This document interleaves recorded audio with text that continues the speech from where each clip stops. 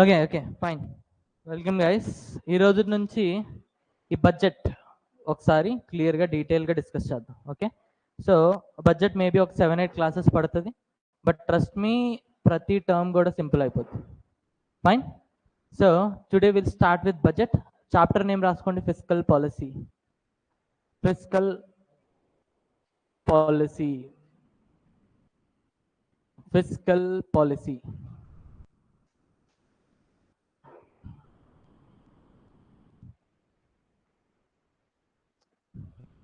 Fiscal policy. Okay, so first definition రాసుకోండి. Government policy for its all types of government's policy for its all types of receipts and expenditures. Receipts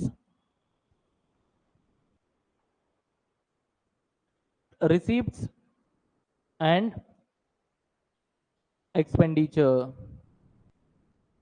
Receipts and expenditure. Next point, government's fiscal policy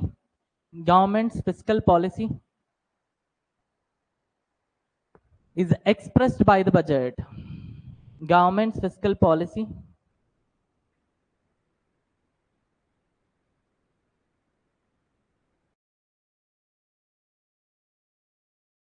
the budget. Okay, so simple అండి. Physical policy అని పెద్ద పెద్ద పేర్లు పెట్టారు కానీ ఏముండదు. చూడండి, see let's say ఇది మన ఇల్లు, స్వీట్ హోమ్. ఓకే, సో మా ఇంట్లో అయితే 4 ఉన్నారు. ఫైన్. సో మా ఇంట్లో ఒక 4 మెంబర్స్ ఉన్నారు. ఇప్పుడు మేమేం చేస్తామంటే విల్ ఎర్న్ సమ్ ఇన్కమ్. ప్రతి ఒక్కరం జాబ్ చేస్తున్నాం, మా మమ్మీ తప్ప. సో ప్రతి ఒక్కరు కూడా ఎర్న్ చేస్తారు, మా మమ్మీ తప్ప. ఫైన్. సో ఇప్పుడు ఏం చేస్తామంటే మేము ఎర్న్ చేసిందంతా కూడా హైపోథెటికల్ కేస్, లెట్స్ సే మా డాడీకి ఇచ్చేసాం. Hypothetical case. ఫైన్. ఏం చేసాం? మా డాడీకి ఇచ్చేసాం. అయితే మా డాడీ ఏం చేశారనంటే ఈ ఇంటి మొత్తానికి కలిపి సంపాదిస్తున్న దానికి ఒక అకౌంట్ మెయింటైన్ చేస్తున్నారు. Let's say savings account. ఏంటి అని అంటే ఫస్ట్ మాకు ఎంతైతే ఇన్కమ్ వచ్చిందో అంతా కూడా డైరెక్ట్గా ఈ అకౌంట్లోకి వెళ్ళిపోతుంది. సింపుల్. సో ఫస్ట్ మాకు ఒకవేళ రెంట్ వచ్చినా, మా అన్నగాడికి శాలరీ వచ్చినా, నాకు శాలరీ వచ్చినా, సో ఏమైనా ఒకవేళ ఎవరైనా మేము అప్పిచ్చాం అనుకోండి, వాళ్ళు రిటర్న్ మాకు ఇచ్చినా, లేదు మేము ఎవరికైనా అప్పిచ్చాం వాళ్ళు మాకు ఇంట్రెస్ట్ ఇచ్చినా, లేదు మా దగ్గర కొంత గోల్డ్ ఉంది, ఆ గోల్డ్ అమ్మేసాం, గోల్డ్ అమ్మేసినప్పుడు మాకు రిటర్న్ మనీ వస్తుంది కదా, ఇదైనా, లేదా మాకు కొన్ని ఫ్లాట్స్ ఉన్నాయి అనుకోండి, ఆ ఫ్లాట్స్ మేము అమ్మేసాం, దానికి రిటర్న్ మాకు మనీ వచ్చినాయి. సో ఏ వచ్చినా కూడా ఫస్ట్ మేము ఎందులో వేసేస్తాం?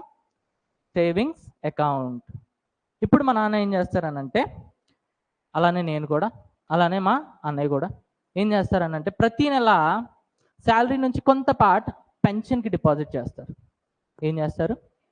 పెన్షన్కి డిపాజిట్ చేస్తారు కదా. సో అంటే 60 years తర్వాత కూడా చూసుకోవాలి కదా, అప్పుడు పిల్లలు ఉన్నా చూసుకుంటారో లేదో తెలియదు. సో ఆబ్వియస్గా పెన్షన్ కోసం కొంచెం అమౌంట్ అనేది సైడ్ పెడతాం. ఓకే, సో సెకండ్ ఏం చేస్తాం అంటే ఇందులో కొంత అమౌంట్ తీసుకొని పెన్షన్గా డిపాజిట్ చేస్తాం. అయితే ఇందులో కొంత అమౌంట్ తీసుకొని ఏం చేస్తాం అంటే మమ్మీకి ఇస్తాం. ఎవరికి ఇస్తాం? మమ్మీకి ఇస్తాం. ఎందుకు అని అంటే బేసిక్గా ప్రతిసారి డాడీ మార్కెట్కి వెళ్ళలేడు, మమ్మీ కూడా అప్పుడప్పుడు వీధిలో ఏమైనా వస్తే కొంటా ఉంటుంది. జనరల్గా మమ్మీ ఈ డబ్బులన్నీ ఎక్కడ దాచిపెడుతుందండి? పోపుల డబ్బా. ఓకే, సో ఇదేంటి అని అంటే ఎమర్జెన్సీ కోసం అన్నమాట.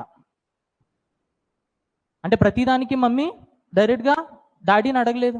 ఫస్ట్ కొన్నిసార్లు ఏంటి అని అంటే వీధిలో ఏమైనా డిమార్ట్లో 1000 రూపాయలకి అమ్మే దుప్పటి కాస్తా వీధిలో 500కి అమ్మేశారు. సో ఫస్ట్ మమ్మీ ఏం చేస్తుంది? ఖర్చు పెట్టేసిన తర్వాత డాడీకి చెప్తుంది. ఎస్, సో ఇది ఎమర్జెన్సీ మనీ. సో అర్థమైందా? సో మన ఇంటి దగ్గర ఏవైతే మనం ఎర్న్ చేస్తామో, ఎర్న్ చేసినవన్నీ ఏం చేస్తాం? సేవింగ్స్ అకౌంట్లో పెడతాం.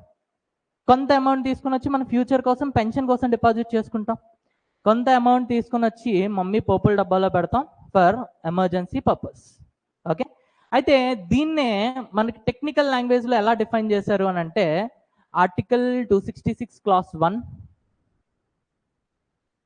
Article 266 clause 2, article 266 clause 3. Okay, article 266 clause 1లో మన సేవింగ్స్ అకౌంట్కి ఒక పేరు ఇచ్చామండి. దాని పేరే consolidated fund of India. Consolidated fund of India. Okay, so ఇందులో ప్రతి ఒక్కరూ సంపాదిస్తున్నారు, మమ్మీ తప్ప. అందరూ కలిపి అందులో డిపాజిట్ చేస్తున్నారు. ఫైన్. ఇప్పుడు let me tell you something. ఒకవేళ ఆ డబ్బుల నుంచి ఏమైనా అమౌంట్ తీయాలి అనుకోండి, డైరెక్ట్గా డాడీ తీసేస్తారా? ఫస్ట్ నిన్ను అడుగుతారు, అరే నాన్న పలానా ప్లేస్లో ప్లాట్ వచ్చింది, బాగుంది, ఆ దగ్గర ఫ్యూచర్లో ల్యాండ్ రేట్ అనేది పెరిగేటట్టుంది, సో నువ్వేమంటావు, తీసుకుందామా అని అడుగుతాం. If I will say okay, then he will go to my brother, he has to say okay. Then పడుకునే ముందు మా అమ్మ అన్నం వడ్డించేటప్పుడు మా అమ్మతో కూడా మాట చెప్తారు, ఏమంటావు నువ్వు అని. If mummy also agrees, then అందులో నుంచి డబ్బులు తీస్తారు. డబ్బులు తీసి ఆ ఫ్లాటో బంగారమో ఏదో ఒకటి కొంటారు, అంతేనా? సో ఇందులో నుంచి మనీ తీయాలి అని అంటే అందరి అప్రూవల్ కావాలి. ఎస్, అలానే ఇందులో నుంచి మనీ తీయాలన్నా కూడా అందరి అప్రూవల్ కావాలి. సో ఇండియాలో ప్రతి ఒక్కరి దగ్గరికి వెళ్ళి భయ్యా నీ అప్రూవల్ కావాలి, భయ్యా నీ అప్రూవల్ కావాలంటే ఇంపాసిబుల్. సో వాళ్ళు ఏం చేశారు, already they have send some representatives to the parliament. So పార్లమెంట్లో మనం వెళ్ళి ఆ రిప్రజెంటేటివ్స్ని అడుగుతాం అనమాట, పలానా దగ్గర మేము ఖర్చు పెట్టాలనుకుంటున్నాం, please give me your approval. Once వాళ్ళు అప్రూవల్ ఇచ్చిన తర్వాతే కన్సాలిడేటెడ్ ఫండ్ ఆఫ్ ఇండియా నుంచి మనీ తీయడానికి అవుతుందన్నమాట. సో ఇందులో నుంచి మనీ తీయాలి అని అంటే parliamentary approval is needed.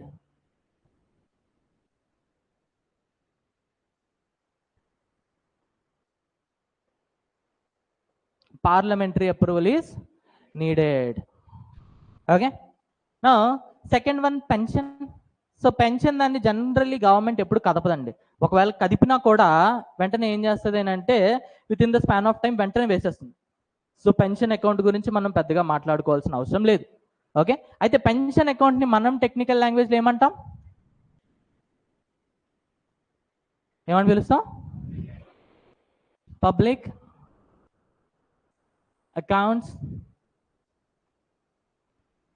Of India. Okay, next mummy దగ్గర ఉండే పోపుల డబ్బా. ఆ పోపుల డబ్బానే మనం టెక్నికల్ లాంగ్వేజ్లో ఏం పిలుస్తామని అంటే ఎమర్జెన్సీ అన్నాం కదా ఇక్కడ. సో ఎమర్జెన్సీకి ఇంకొక వర్డ్ ఏంటి అని అంటే contingency. Contingency equals to emergency. So దీన్ని ఏమని అంటాము అని అంటే contingency fund of India. Contingency fund of India. అయితే ఈ ఫండ్కి ఎవరి దగ్గర ఉంటుంది అని అంటే ప్రెసిడెంట్ దగ్గర ఉంటుంది. ప్రెసిడెంట్ దగ్గర ఉంటుంది. ఎంత ఉంటుంది అని అంటే ఇందులో 500 crores ఉంటుంది. 500 crores. ఓకే, ఇక్కడ మీ మమ్మీ అంటే ఎవరు అని అంటే ఎగ్జిక్యూటివ్స్, ప్రైమ్ మినిస్టర్ కానీ మినిస్టర్స్ కానీ. ఓకే, సో వీళ్ళు ఏం చేస్తారు అని అంటే ఎప్పుడైనా వాళ్ళకి అవసరం వచ్చింది అనుకోండి, నార్మల్ అవసరం అయితే ఫస్ట్ పార్లమెంట్ దగ్గరికి వెళ్తారు, అప్రూవల్ తీసుకుంటారు, తీసుకున్న తర్వాత సిఎఫ్ఐ నుంచి మనీ విత్డ్రా చేసుకుంటారు. ఒకవేళ ఎమర్జెన్సీ అనుకోండి, పార్లమెంట్లో బిల్లు పెట్టి అక్కడ వాదించి ఓటేసి ఇంత టైం లేదు, అప్పుడు ఏం చేస్తారు అని అంటే ముందు పోపుల డబ్బాలో డబ్బులు తీసి వాడేస్తారు. తర్వాత రాత్రి డాడీ వచ్చినప్పుడు ఇదిగో 500కే అమ్మారు 1000 రూపాయలది కొనేసా. సో అలా చెప్తారనమాట. సో ఇందులో ఏంటి అని అంటే ఫస్ట్ వాడేస్తారు. ఎవరు? ఎగ్జిక్యూటివ్, ప్రెసిడెంట్ ఫస్ట్ మనీ వాడేస్తారు. వాడేసిన తర్వాత పార్లమెంట్కి ఇన్ఫార్మ్ చేస్తారు. ఇన్ఫార్మ్ చేసిన తర్వాత నెక్స్ట్ బడ్జెట్ ఎప్పుడైతే ప్రవేశపెడతారో అప్పుడు ఎంతైతే వాడారో అంత అమౌంట్ సిఎఫ్ఐ నుంచి తీసి ఇందులో డిపాజిట్ చేస్తారనమాట. ఎగ్జాంపుల్ ఇందులో ఎంత ఉంటుంది? 500 crores. ఓకే, ఎమర్జెన్సీగా నాకు 300 crores కావాల్సి వచ్చింది. నేను ఎవ్వరి పర్మిషన్ తీసుకోకుండా ఫస్ట్ 300 crores ఖర్చు పెట్టేసా. ఖర్చు పెట్టేసిన తర్వాత నేను ఏం చేసా, పార్లమెంట్ దగ్గరికి వెళ్ళా. పార్లమెంట్ దగ్గరికి నెక్స్ట్ బడ్జెట్కి వెళ్ళేటప్పుడు లాస్ట్ ఇయర్ నేను సిఎఫ్ఐ నుంచి 300 crores ఖర్చు పెట్టా, పలానా దాని మీద ఖర్చు పెట్టా. సో ఇప్పుడు వాళ్ళు అప్రూవల్ ఇస్తారు. ఎప్పుడైతే అప్రూవల్ ఇస్తారో దాని తర్వాత ఆటోమేటిక్గా 300 అనేది సిఎఫ్ఐ నుంచి కంటింజెన్సీ ఫండ్ ఆఫ్ ఇండియాకి ట్రాన్స్ఫర్ అవుతుంది అనమాట. క్లియర్?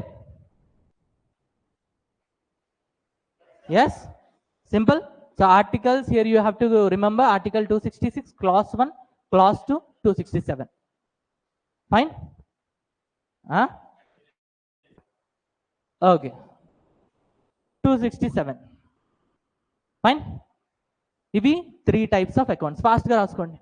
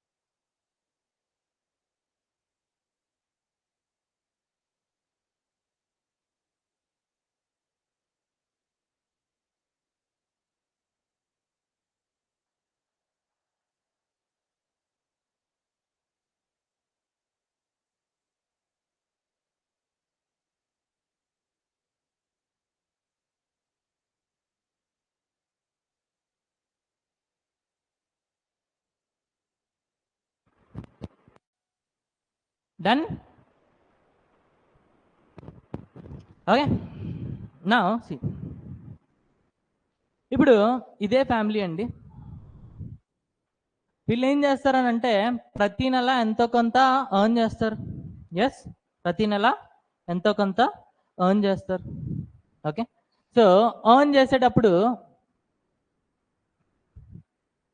వీళ్ళు ప్రతి నెల ఏం చేస్తారు, కొంత రెవెన్యూ తెచ్చుకుంటారు, అమౌంట్ ఎర్న్ చేసుకుంటారు. అలానే వీళ్ళకి ప్రతి నెల ఖర్చులు ఉంటాయి, ఎక్స్పెండిచర్. ఓకే, సో ఏం చేస్తామనంటే లెట్స్ సే ఈ ఫ్యామిలీ మొత్తం కలిపి 1,00,000 రూపాయలు సంపాదించింది. మా ఫ్యామిలీయే 1,00,000 రూపాయలు సంపాదించింది. ఓకే, సో 1 lakh సంపాదించింది అనమాట.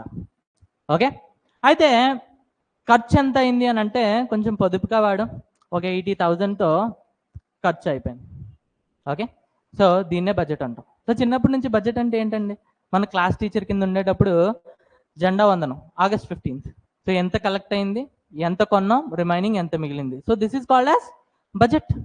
ఎస్, సో ఇక్కడ కూడా మనం గవర్నమెంట్ దగ్గర కూడా చదివేది అంతే, కాకపోతే మనం ఏంటి అని అంటే కొంచెం డిఫికల్టీగా ఫీల్ అవుతూ ఉంటాం, కానీ బేసిక్గా బడ్జెట్ అంటే ఇంతే.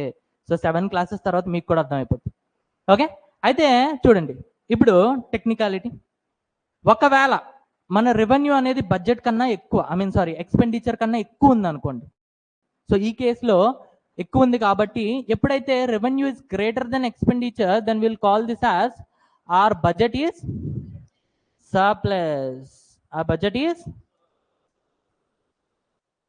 ఒకవేళ లెట్స్ సే నా ఇన్కమ్ అనేది 1 lakh, బట్ నేను 1,20,000 ఖర్చు పెట్టేశాను అనమాట, 1.2 lakhs. సో 20,000 అనేది నా బడ్జెట్ యొక్క deficit. Okay, so if revenue is less than expenditure, then it is called as deficit. Okay, so ఈ టెక్నికల్ టర్మ్స్ గుర్తుపెట్టుకోండి చాలు. రైట్, ఫాస్ట్గా రాసుకోండి.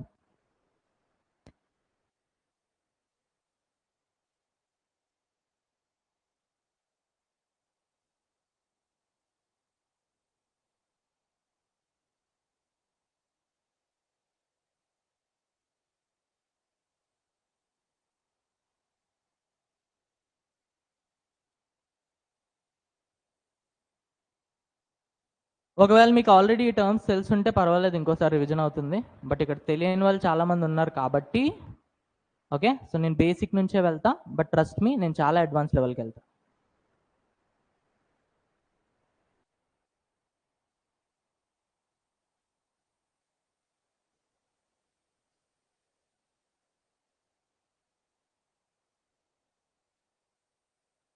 Okay, fine. అయితే ఇక్కడ చూడండి నేనేం చెప్పాను, రెవెన్యూ ఎక్స్పెండిచర్. బట్ నేను మీకు ఇచ్చిన ఫస్ట్ డెఫినేషన్లో ఏం చెప్పానండి, receipts and expenditure. Okay, so ఇక్కడ మనం ఏం చేస్తామంటే గవర్నమెంట్ బడ్జెట్ ఎప్పుడైతే మనం తయారు చేస్తామో అప్పుడు రెవెన్యూ కన్సిడర్ చేయం. ఏం కన్సిడర్ చేస్తాం? రిసీప్ట్స్. రిసీప్ట్స్కి రెవెన్యూకి తేడా ఏంటో చూడండి.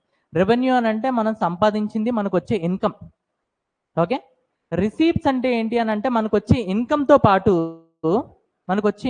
పాటు మనం ఎవరి దగ్గరైనా ఒకవేళ అప్పులు తీసుకున్నాం అవి కూడా ఇందులో వస్తాయి అన్నమాట. సో గవర్నమెంట్కి ఏ విధంగా వచ్చినా కూడా అవన్నీ కూడా రిసీప్ట్స్ అంటాం. మనం ఓన్లీ సంపాదించిన అమౌంట్ దాన్ని ఏమంటాం? రెవెన్యూ అంటాం. సో ఇక్కడ మనం గుర్తుపెట్టుకోవాల్సింది ఏంటి అని అంటే ఫిజికల్ పాలసీలో మనం చూసేది receipts and expenditure, not revenue and expenditure. ఒకవేళ యూపీఎస్సీలో స్టేట్మెంట్ వచ్చింది అనుకోండి లేదా group 1లో, okay, so the fiscal policy of the government talks about revenue and the expenditure, then obviously this is a wrong statement. This talks about receipts and expenditure. Okay, now write down some facts.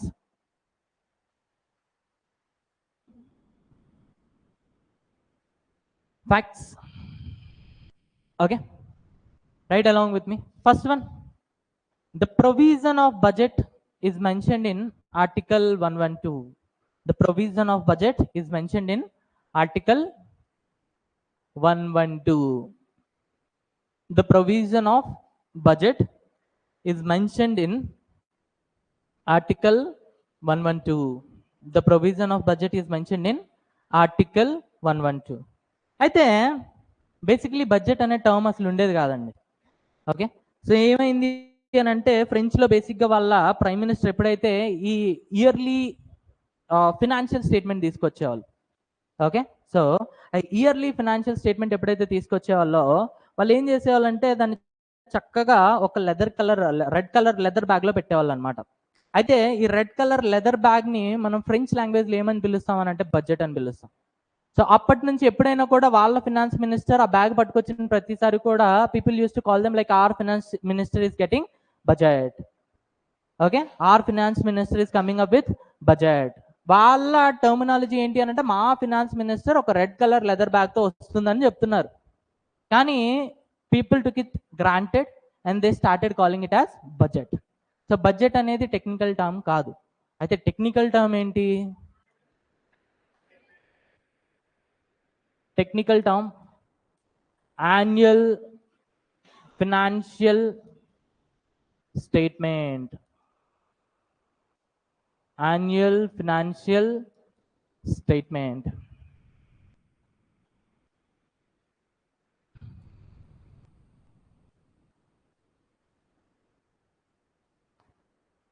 Next point రాసుకోండి. అయితే ఈ budget అనేది unofficial term అన్నాం. అయితే budget అనేది ఎక్కడైనా కాన్స్టిట్యూషన్లో mention చేస్తుందా అని అంటే budget is nowhere mention in the constitution. Right down third point. Budget nowhere mentioned in the constitution. Budget it is nowhere mentioned in the constitution. Budget it is nowhere mentioned in the constitution. Okay, అయితే మన ఇండియాలో ఈ provision ఎప్పుడు వచ్చింది అని అంటే 1860లో for the first time. In 1860 ఎవరండి? James Wilson. Right. In 1860 James Wilson introduced a budget for the first time. Introduced budget for the first time. Introduced budget for the first time under the Governor General Lord Canning. Under the Governor General Lord Canning. Under the Governor General Lord Canning. Under the Governor General Lord Canning.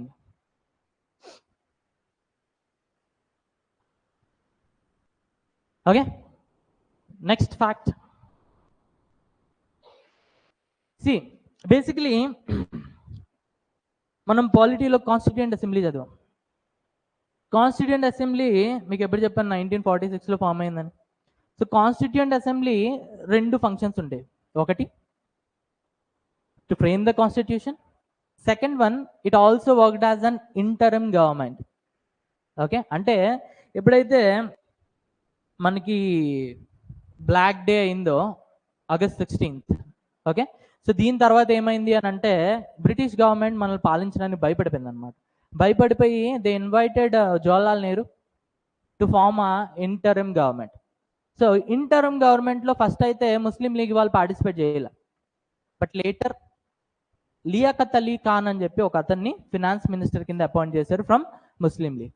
So ఎప్పుడైతే మనం interim government కింద act చేసామో ఆ టైంలో budget introduce చేసింది ఎవరు అని అంటే Liaquat Ali Khan. Okay, but this is not important because సెంట్రల్లో ఎవరున్నారు? బీజేపీ. బీజేపీ జనరల్గా ముస్లిమ్స్ గురించే మాట్లాడుతుంది, అలాంటిది ముస్లిం లీగ్ గురించి ఎందుకు మాట్లాడుతుంది? సో క్వశ్చన్ అనేది రాదు.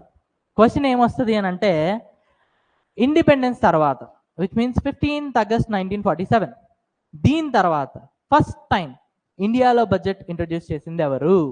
ఓకే, సో రాసుకోండి. ఆర్కే షణ్ముగం.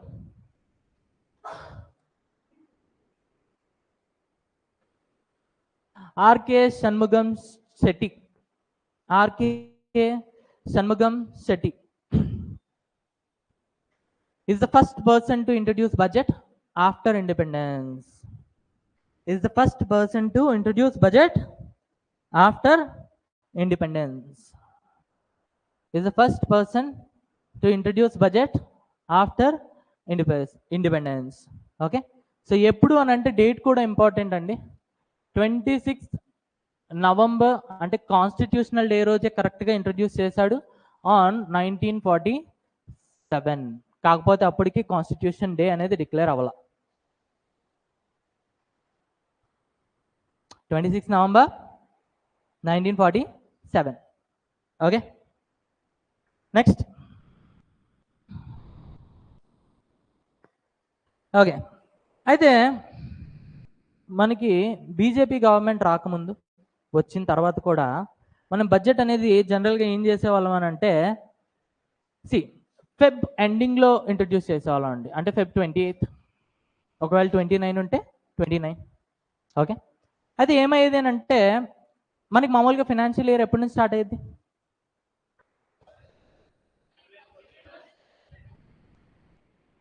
ఓకే ఫస్ట్ ఇక్కడ రాశాను కదా, ఏం చెప్పాను నేను? యాన్యువల్లీ రిసిప్ట్స్ అండ్ ఎక్స్పెండిచర్ అని చెప్పాను కదా. ఇక్కడ యాన్యువల్ ఇయర్ కూడా రాసుకోండి, ఫైనాన్షియల్ ఇయర్ అని.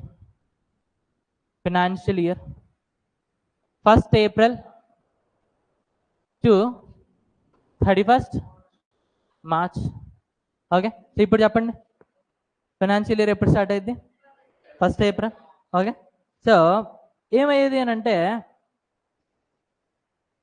Feb 28. Okay, so 1st April రావడానికి ఇంకెంత టైం ఉండేది? 1 month. ఈ 1 monthలో పని అయ్యేది కాదండి. 1 monthలో జనరల్లీ పని అయ్యేది కాదు, మినిమం 2 months తీసుకునేవాళ్ళు వాళ్ళు. ఎందుకు అని అంటే నేను ప్రాసెస్ చెప్తా ఒకసారి. ఓకే, సో ఈ ప్రాసెస్ అంతా జరగడానికి 2 months పట్టేసి, కొన్నిసార్లు ఏంటి అని అంటే 2 months దాటి పెట్టేసి. అలాంటప్పుడు ఏంటి అని అంటే ఒకటి నేను మీకు ఆల్రెడీ చెప్పాను, సిఎఫ్ఐ నుంచి డబ్బులు ఖర్చు పెట్టాలి అని అంటే parliamentary approval is needed. But ఇక్కడ ఫైనాన్షియల్ ఇయర్ అయిపోతుంది, ఇంకోవైపు చూస్తే పార్లమెంటరీ అప్రూవల్ రాలేదు. అలాంటప్పుడు ఏం చేస్తామనంటే టెంపరీగా కొంత అమౌంట్ తీసుకుంటామండి. దాన్ని ఏమంటాం అని అంటే ఓట్ ఆన్ అకౌంట్. జనరల్లీ ఏంటి అని అంటే ఒక 2 monthsకి సరిపడే బడ్జెట్ తీసుకుంటాం అనమాట. తీసుకొని ఈ బడ్జెట్ నా 2 months కంటిన్యూ చేసేవాళ్ళం. ఎప్పుడు? 1st April నుంచి. వన్స్ బడ్జెట్ పాస్ అయిపోయిన తర్వాత ఆ బిల్ పట్టుకొని మనం సిఎఫ్ఐ దగ్గరికి వెళ్తే సిఎఫ్ఐ డబ్బులు శాంక్షన్ చేస్తుంది. ఆ డబ్బులతో రిమైనింగ్ ఇయర్ మొత్తం కంటిన్యూ చేసేవాళ్ళం. అయితే ఎప్పుడైతే ఈ బీజేపీ గవర్నమెంట్ వచ్చిందో అందులో ఫినాన్స్ మినిస్టర్ ఎవరు అని అంటే అరుణ్ జైట్లీ ఏం చేశాడనంటే ఈ పద్ధతి బాలే, ఒకవేళ మనం బడ్జెట్ అనేది ఇన్స్టెడ్ ఆఫ్ 28th Feb ఒకవేళ 1st Feb అనేది మనం బడ్జెట్ ఇంట్రొడ్యూస్ చేయగలిగాం అనుకోండి, అండ్ అలానే ఈ మీటింగ్స్ అనేవి ఎంత పొడుగు ఉండకుండా ఒక 45 daysకే కంప్రెస్ చేయగలిగాం అనుకోండి, ఏమవుతుంది? 1st Feb దగ్గర నుంచి 45 days,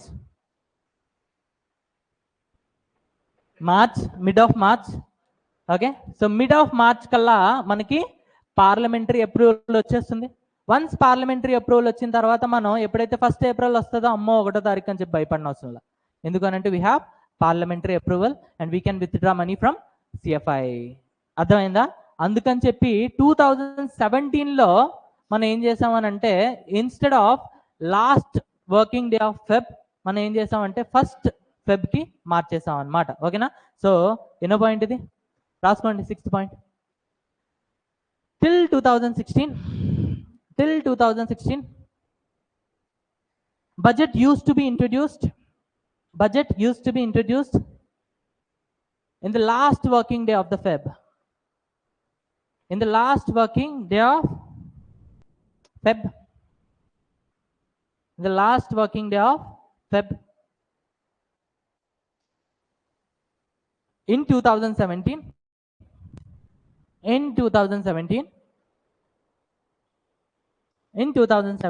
Finance Minister Arun Jaitley changed this. Finance Minister Arun Jaitley changed this and started introducing on 1st of Feb. And started introducing on first working day of Feb. On first working day of Feb. On first working day of Feb. Okay. So first of Feb. ఈసారి కూడా మీరు budget చూసుకుంటే first of ఫెబ్ని introduce చేశారు. Okay. So ఇది మీకు ఈ first of Feb గుర్తుకు రాగానే మీకు గుర్తుకు రావాల్సింది ఏంటి అని అంటే అరుణ్ జైట్లీ. అలానే 2017. ఓకే. నెక్స్ట్ బడ్జెట్ని ఎవరు ఇంట్రడ్యూస్ చేస్తారు? ఎవరు? President. Who will introduce the budget? President. Okay, రాసుకోండి. Finance minister will introduce the budget. Finance Minister will introduce the budget on behalf of President. On behalf of President. Repeat China. Finance Minister will introduce the budget. Will introduce the budget on behalf of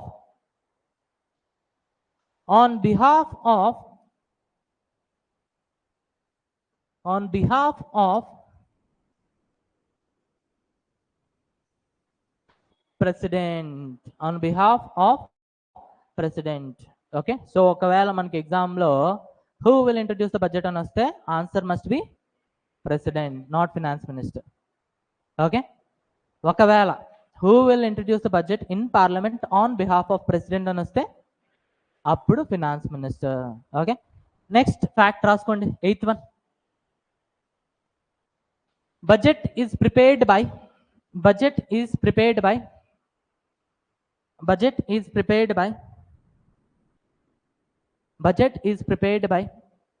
Department of Economic Affairs. Department of Economic Affairs, which is under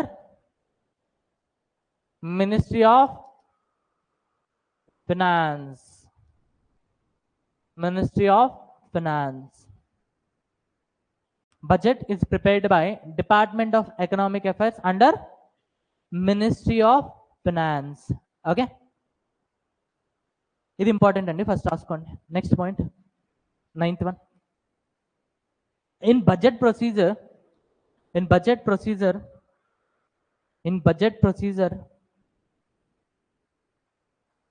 data of 3 financial years will be there. Data of 3 financial years will be there. Data of 3 financial years will be there. Okay. So ఇది చాలా important. Okay. So ఇది already నా దగ్గర నేర్చుకున్న వాళ్ళకి మాత్రమే తెలుస్తుంది. Okay. లేదు అని అంటే ఎవరైనా ఢిల్లీలో హిందీ మీడియంలో చదువుకున్న వాళ్ళకి మాత్రమే తెలుస్తుంది. మిగిలిన వాళ్ళందరూ కూడా ఇదేదో పెద్ద టాస్క్ అనుకుంటారు. చాలా ఇంపార్టెంట్, వినండి. 3 financial years డేటా మాత్రమే ఉంటుంది. ఓకే. ఆ 3 financial years ఏంటి అని అంటే first one is current year first వినండి, తర్వాత రాసుకోవచ్చు. Next year, previous year. Okay, so present మన ఎగ్జాంపుల్ తీసుకుంటే మన కరెంట్ ఇయర్ ఏంటండి?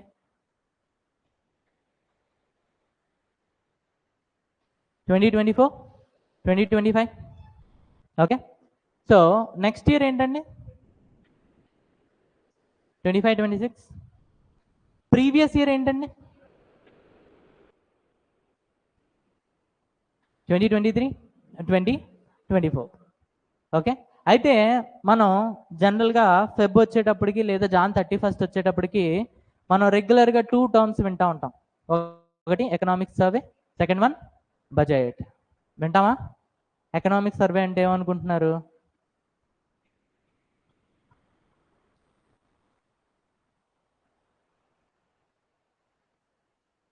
ఎకనామిక్ సర్వే అంటాం అన్నమాట దీన్ని. ఓకే, సో జనరల్గా ఎకనామిక్ సర్వే అంటే జనాలు ఏమనుకుంటారని అంటే మన ఎకానమీ మీద పెద్ద సర్వే చేశారు, దాని రిపోర్ట్ అనేది బయటకు వదిలారు, దాన్నే ఎకనామిక్ సర్వే అంటారు అని జనాలు చెప్తా ఉంటారు. But the actual thing is ఏం చేశారని అంటే మన పార్లమెంట్ దగ్గర అప్రూవల్ తీసుకున్నారు. అప్రూవల్ తీసుకున్న తర్వాత వాళ్ళు సరిగ్గా ఖర్చు పెట్టారో లేదో చెక్ చేయాలి కదా. అందుకని చెప్పి వాళ్ళు ఎప్పుడైతే కొత్తగా అంటే నెక్స్ట్ ఇయర్ నాకు ఇంత డబ్బులు కావాలంటున్నారండి, వెంటనే మనం ఏమంటాం, నెక్స్ట్ ఇయర్ గురించి దేవుడు ఎరుగును, కానీ ఫస్ట్ ముందేం చేసావు, ముందు ఏం చేసావు అది చూపించాలి కదా. సో ఆ చూపించడాన్ని ఏమంటాం అని అంటే ఎకనామిక్ సర్వే. అండ్ మీరు బడ్జెట్ అని వింటూ ఉంటారు కదా, ఆ budget is this.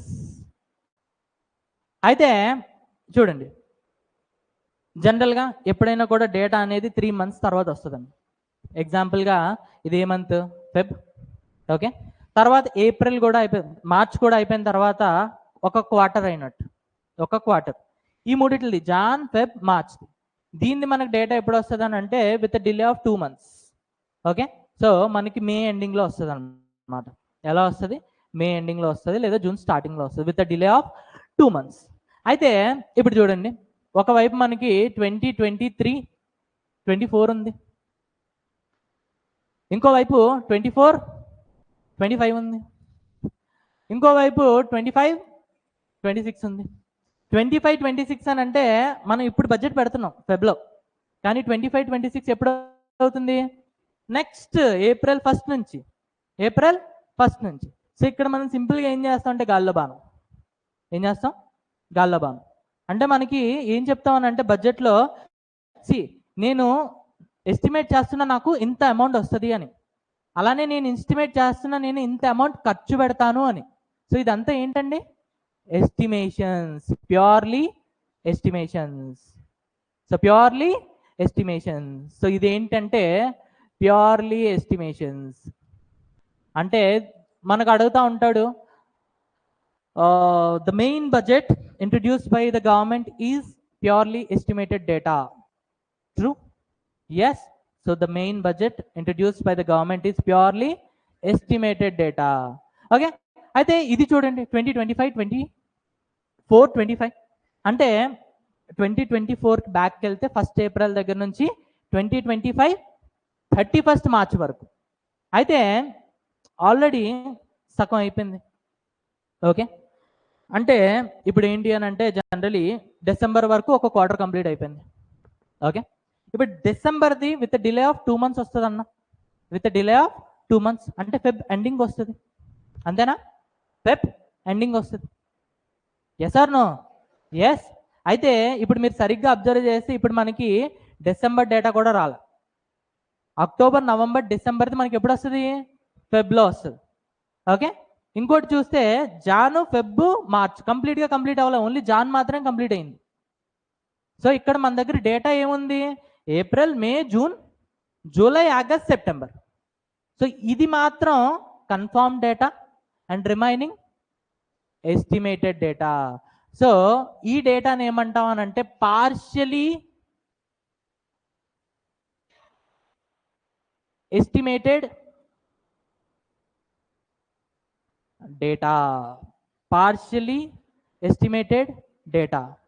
Are else దాన్ని పార్షియలీ రియల్ డేటా అని కూడా పిలవచ్చు. పార్షియలీ రియల్ డేటా అని కూడా పిలవచ్చు. ఓకే, ఇంకోవైపు అది చూడండి, మనకి ఎప్పటికి వచ్చింది 31st March 2024 వరకు. సో ఆబ్వియస్గా దీని డేటా మొత్తం మనకి ఎప్పటికి వచ్చేస్తుంది,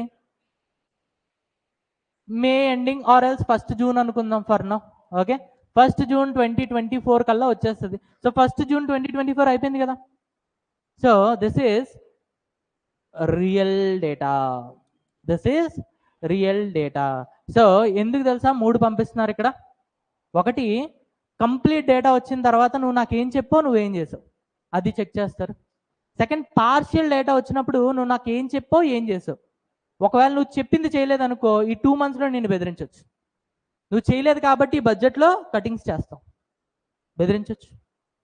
థర్డ్ వన్ వచ్చేసి, నెక్స్ట్ నేను రాబోయే ఇయర్కి నేను నా స్కీమ్స్ ఏంటి, నా పాలసీస్ ఏంటి, నేను ఎంత ఖర్చు పెడతా, నాకు ఎక్కడి నుంచి ఎంత అమౌంట్ వస్తుంది అని చెప్పేది real budget, the main budget. Remaining ఈ 2 ఏమంటాం మనం, ఎకనామిక్ సర్వే. అయితే చూడండి, ఓకే, సో ఇది అర్థమైంది కదా. ఇదేంటి, real data, sorry this is estimated data, రాసుకోండి నాతో పాటు, estimated data. And this is partially real or partially estimated data. Okay, this is real data, real data.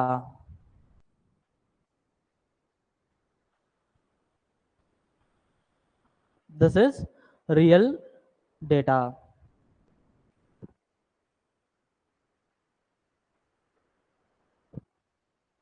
ఇక్కడ వరకు క్లియరా, each and every fact. Okay, first budget ఎవరు introduce చేశారండి, James Wilson. ఏ ఇయర్లో, 1860. ఆ టైంలో గవర్నర్ జనరల్ ఎవరు, Lord Canning. Okay, so independence వచ్చిన తర్వాత ఫస్ట్ ఎవరు ఇంట్రడ్యూస్ చేశారు, ఆర్కే షణ్ముగం శెట్టి. ఓకేనా, fine, done.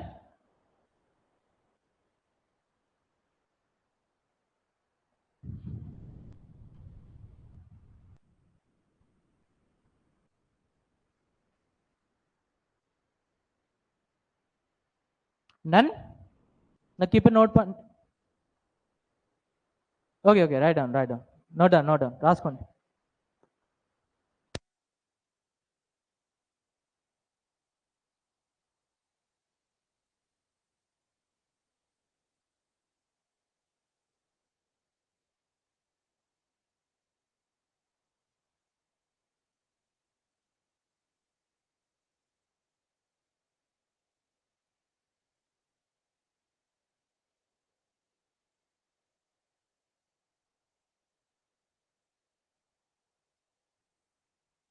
Done?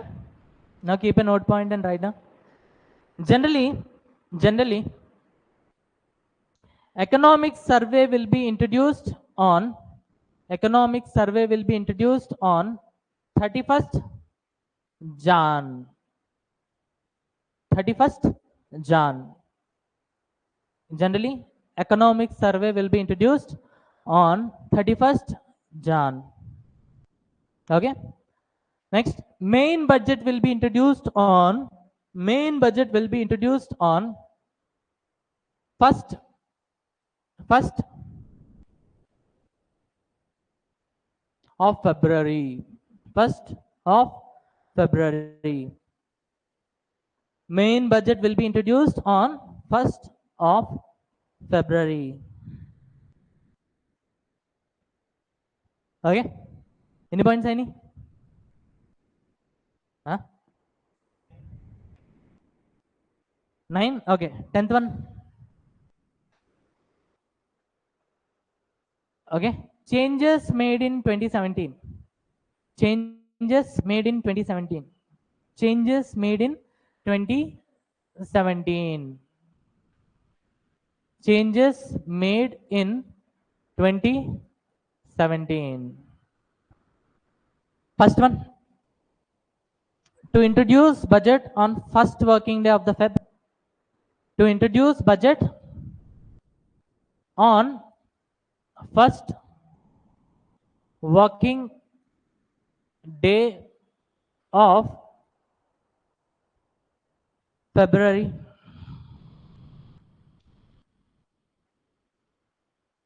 Second one, see, మనకి 2017 వరకు ఈ ప్లానింగ్ కమిషన్ ఉండేదండి. తర్వాత వి replaced planning commission with NITI Aayog. నీతి ఆయోగ్ వచ్చిన తర్వాత మనకి ఏంటి అని అంటే planned expenses, non planned expenses అలాంటివి ఏం లేవు. బట్ ప్లానింగ్ కమిషన్ ఉండేటప్పుడు ప్లానింగ్ కమిషన్ కొన్ని టార్గెట్స్ ఉంటాయి అన్నమాట. సో ఈ 5 yearsలో ఇన్ని చేయాలి. సో 5 years ప్లానింగ్ అంటాం. సో ఈ 5 years మా కాన్సన్ట్రేషన్ ఏంటి అని అంటే పలానా areas, agriculture, medical sector, defence, ఇలా కొన్ని వాళ్ళ టార్గెట్స్ ఉంటాయి. సో ఎప్పుడైతే దీని మీద మనం ఖర్చు పెడతామో దాన్ని ఏమంటాం అని అంటే ప్లాన్డ్ ఎక్స్పెండిచర్ అంటాం. వాటి మీద కాకుండా రిమైనింగ్ వాటి మీద ఎప్పుడైతే మనం ఖర్చు పెడతాం దాన్ని ఏమంటాం అని అంటే అన్ప్లాన్డ్ ఎక్స్పెండిచర్ అంటాం. ఓకే, సో మనం 2017లో ఏం చేసాం అని అంటే ఫస్ట్ ఈ ప్లానింగ్ కమిషన్ క్లోజ్ చేసేసాం and we came up with NITI Aayog. Okay, so ఇప్పుడు రాసుకోండి. Classification of planned and non-planned expenditure is classification of planned and non-planned expenditure was ended. Classification of planned and non-planned expenditure was ended. In bracket write down, planning commission was abolished. Planning commission was abolished and 5 years plans were stopped. Planning commission was abolished and 5 years plans were stopped. 5 years plans were stopped. Okay, next third important change ఏంటి అని అంటే 2016 వరకు మనం రైల్వేకి సెపరేట్గా budget తీసుకొచ్చేవాళ్ళం. ఎందుకు అని అంటే ఆ టైంలో రైల్వే అనేది పెద్ద బిజినెస్, బ్రిటిషర్స్ ఉండేటప్పుడు. దాని తర్వాత అది కంటిన్యూ చేస్తూ వచ్చాం. ఫైనలీ ఈ బీజేపీ వాళ్ళు ఎప్పుడు వచ్చారో, బీజేపీ వాళ్ళు ఎప్పుడు కూడా నేమ్స్ చేంజ్ చేస్తూ ఉంటారు. Example this Allahabad they have changed to Prayagraj. Okay, so ఇవన్నీ ఎందుకు చేస్తారు అని అంటే they want to get rid of this British legacy. Okay, అయితే ఈ సెపరేట్గా రైల్వే బడ్జెట్ ఇంట్రొడ్యూస్ చేయడం అనేది బ్రిటిష్ వాళ్ళ యొక్క legacy. So to get rid of British legacy what they have done is, ఈ రైల్వే బడ్జెట్ సెపరేట్గా ఇంట్రొడ్యూస్ చేయకుండా they have included in the main budget. So railway budget సెపరేట్గా ఎంతవరకు ఇంట్రొడ్యూస్ చేసేవాళ్ళు అని అంటే only till 2016. From 2017 they have included the railway budget in main budget. రాసుకోండి, railway budget was included in the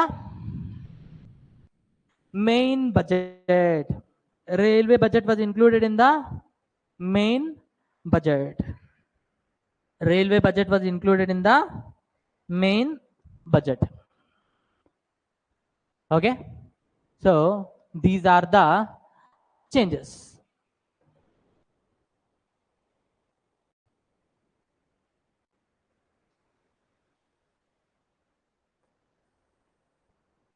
so ఇందులో each and every point clear అండి. See first నుంచి ఒక్కసారి చూద్దాం.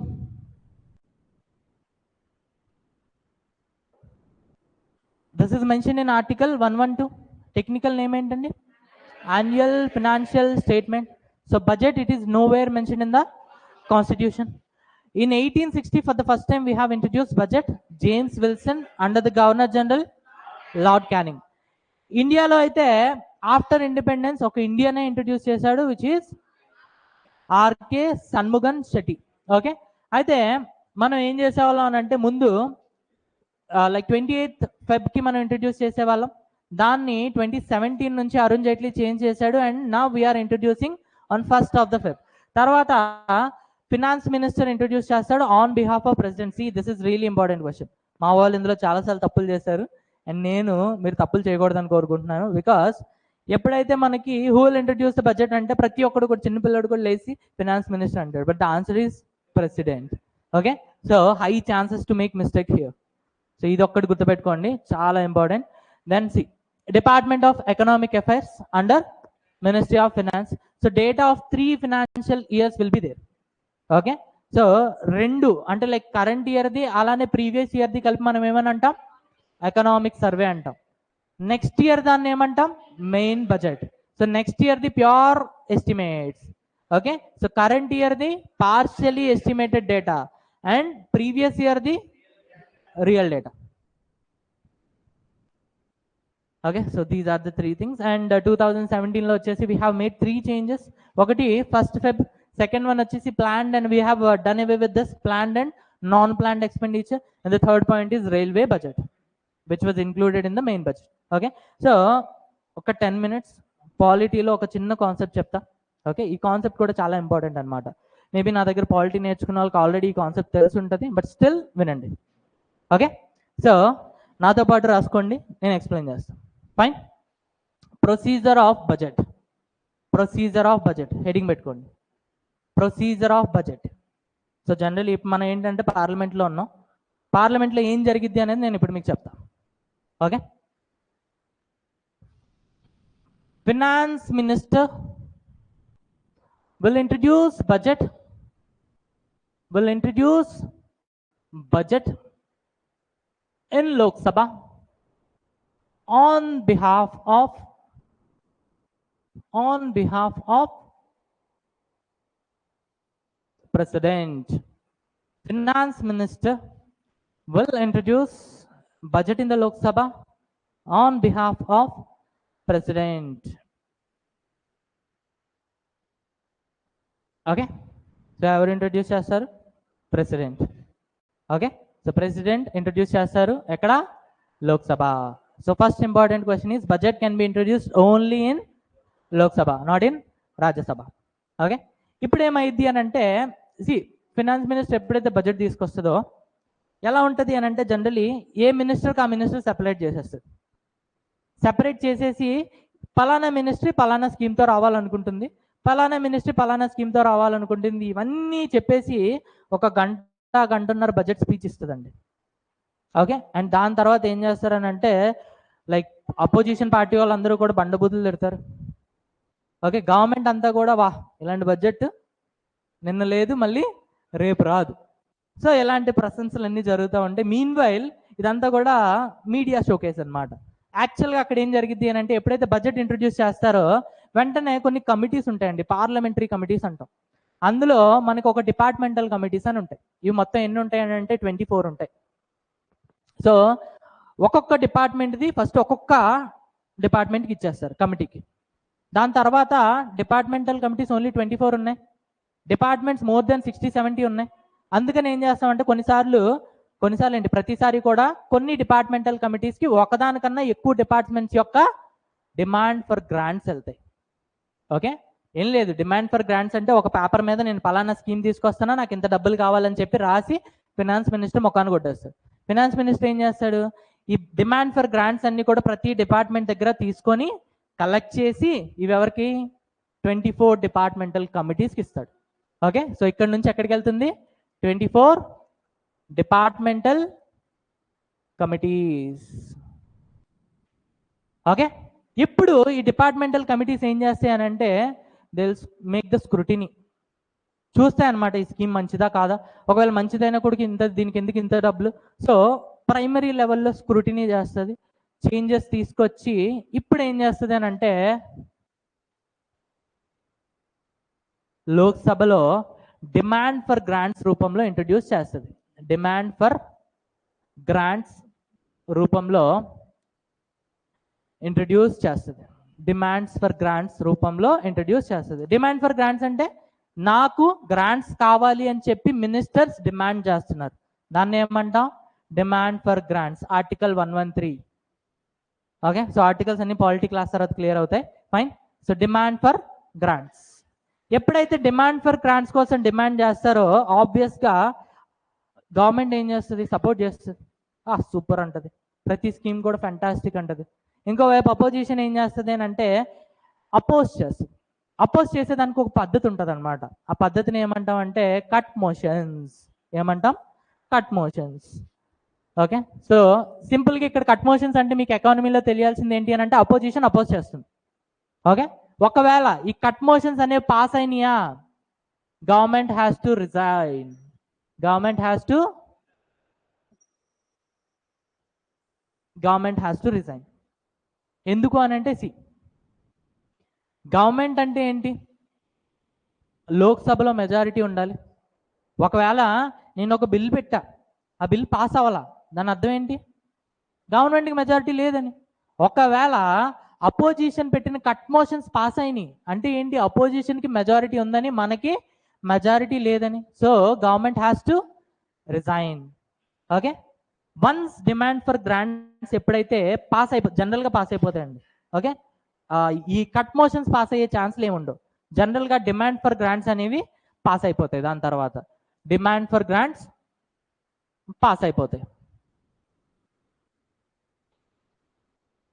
Okay, demand for grants pass అయిపోతాయి. అంటే pass అవడం అంటే ఏంటి అని అంటే, ఇప్పుడు పలానా మినిస్ట్రీ నాకు ఇంత స్కీమ్ ఉంది, నాకు ఇంత అమౌంట్ కావాలని చెప్పి డిమాండ్ ఫర్ గ్రాంట్స్ పెట్టుకుంది. ఇప్పుడు దీన్ని ఎవరు అప్రూవ్ చేశారు? పార్లమెంట్. ఇప్పుడు వీళ్ళు ఏం చేయాలి? ఆ స్కీమ్స్ని ఇంప్లిమెంట్ చేయాలి. ఇంప్లిమెంట్ చేయాలని అంటే వాళ్ళకి డబ్బులు కావాలి. డబ్బులు కావాలంటే ఎక్కడ తీసుకోవాలి? Consolidated fund of India, article 266 clause 1. Okay, ఇప్పుడు వీళ్ళు ఏం చేస్తారు అని అంటే, కన్సాలిడేటెడ్ ఫండ్ ఆఫ్ ఇండియా అని అంటే, మనం సినిమాల్లో చూస్తూ ఉంటాం కదా, ఒక ట్రెజర్ ఉంటుంది, దానిపైన పాము ఉంటుంది. ఓకే, సో ఆ పాము దగ్గరికి డైరెక్ట్గా ఎవడైనా వెళ్తే కాటేసేస్తుంది. దాని దగ్గర కొన్ని ఇన్స్ట్రుమెంట్స్ ఉండాలి, లేదా పలానా ఫ్యామిలీ నుంచి ఒక పర్సన్ వెళ్ళాలి, అప్పుడు మాత్రం అది అలౌ చేస్తుంది, లేదంటే బస్. ఓకే, అందుకని ఏం చేస్తామనంటే, చేతిలో ఒక పేపర్ పట్టుకొని వెళ్తాం. ఈ పేపర్ చూడంగానే ఈ పాము ఏం చేస్తుంది అంటే వెనక్కి వస్తుంది. అప్పుడు మనం డబ్బా ఎత్తి దాంట్లో డబ్బులు తీసుకుంటాం. ఈ పేపర్ని ఏమంటాం అని అంటే అప్రోప్రియేషన్ బిల్. ఏమంటాం? Appropriation bill. ఇప్పుడు మనం ఏం చేయాలి? మన స్కీమ్స్ అన్నీ పాస్ అయిపోయినాయి. ఇప్పుడు మనం డబ్బులు కావాలి. డబ్బులు కావాలంటే మనం ఏం తయారు చేయాలి? Appropriation bills. సో ఇప్పుడు మనం ఏం చేస్తామంటే అప్రోప్రియేషన్ బిల్ అనేది రెడీ చేస్తాం. అప్రోప్రియేషన్ బిల్ అనేది 2 రకాలు ఉంటాయండి. ఒకటి expenses of ministries, second one salaries of government employees. Okay, so దీన్ని ఇంకా డీటెయిల్గా మనం పాలిటీలో డిస్కస్ చేస్తాం, బట్ ఇక్కడైతే ఇంతే.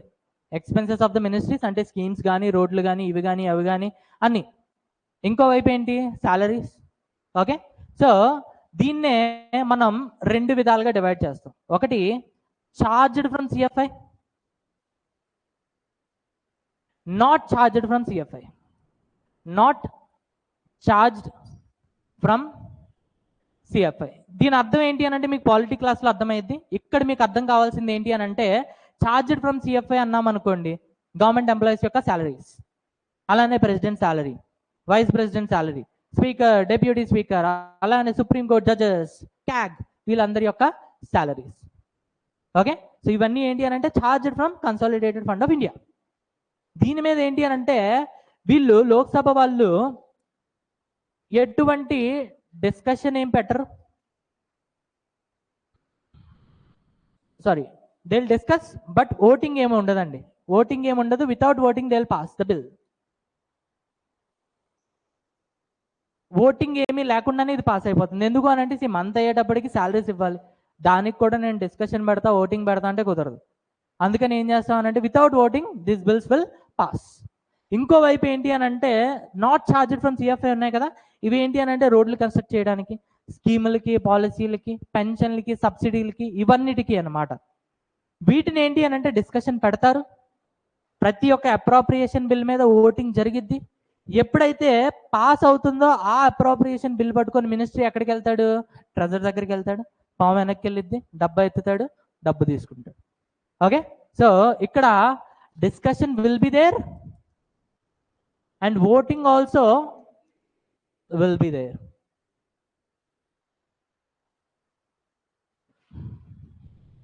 ఓకే, సో ఎప్పుడైతే ఈ అప్రోప్రియేషన్ బిల్స్ అనేవి పాస్ అవుతాయో ఎక్కడ? లోక్సభ, వెంటనే రాజ్యసభ దగ్గరకు వస్తాయి. ఓకే, రాజ్యసభ దీని మీద డిస్కస్ చేయొచ్చు, ఓట్ చేయొచ్చు, కానీ పాస్ చేయాలి. రిజెక్ట్ అయితే చేయలేదు. ఓకే, ఓట్ చేయొచ్చు, కానీ ఓటింగ్లోనే ఏంటి అని అంటే they cannot reject, only they can pass. ఒకవేళ నో యాక్షన్, అసలు తన యాక్షనే తీసుకోవట్లేదు అనుకోండి, maximum 14 days it can make the delay. Maximum 14 days. 14 days తర్వాత ఆటోమేటిక్గా the bill deem to be passed. 14 days తర్వాత ఆటోమేటిక్గా the bill deem to be passed. So ప్రతి ఒక్కటి అర్థం చేసుకుంటూ రాసుకోండి, ఓకేనా? 14 days తర్వాత the bill deem to be passed అంటే ఇక్కడ రాజ్యసభ మహా అయితే ఏం చేయగలదనంటే ఒక 14 రోజులు ప్రాసెస్ని డిలే చేయగలదు అంతే. అంతకు మించి ఏమీ చేయలేదు. అంతకు మించి ఏమీ చేయలేదు. Okay,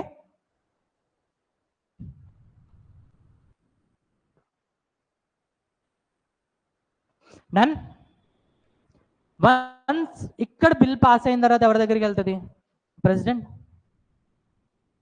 president. సో ఎప్పుడైతే ప్రెసిడెంట్ దగ్గరికి వెళ్తుందో ప్రెసిడెంట్కి ఒకటే option, that he has to give his assent. Withhold చేయగలడా అని అంటే నో. రిటర్న్ పంపగలడా అని అంటే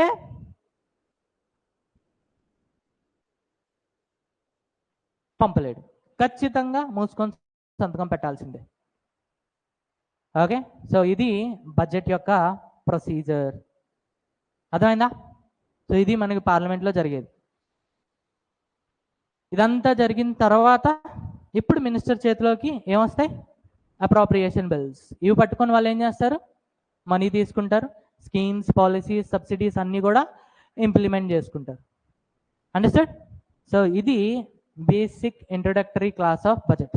ఇంకా టెక్నికాలిటీస్ నెక్స్ట్ క్లాస్లో చూస్తాం. ఓకే, చలో దెన్ బాయ్ ఫర్ టుడే.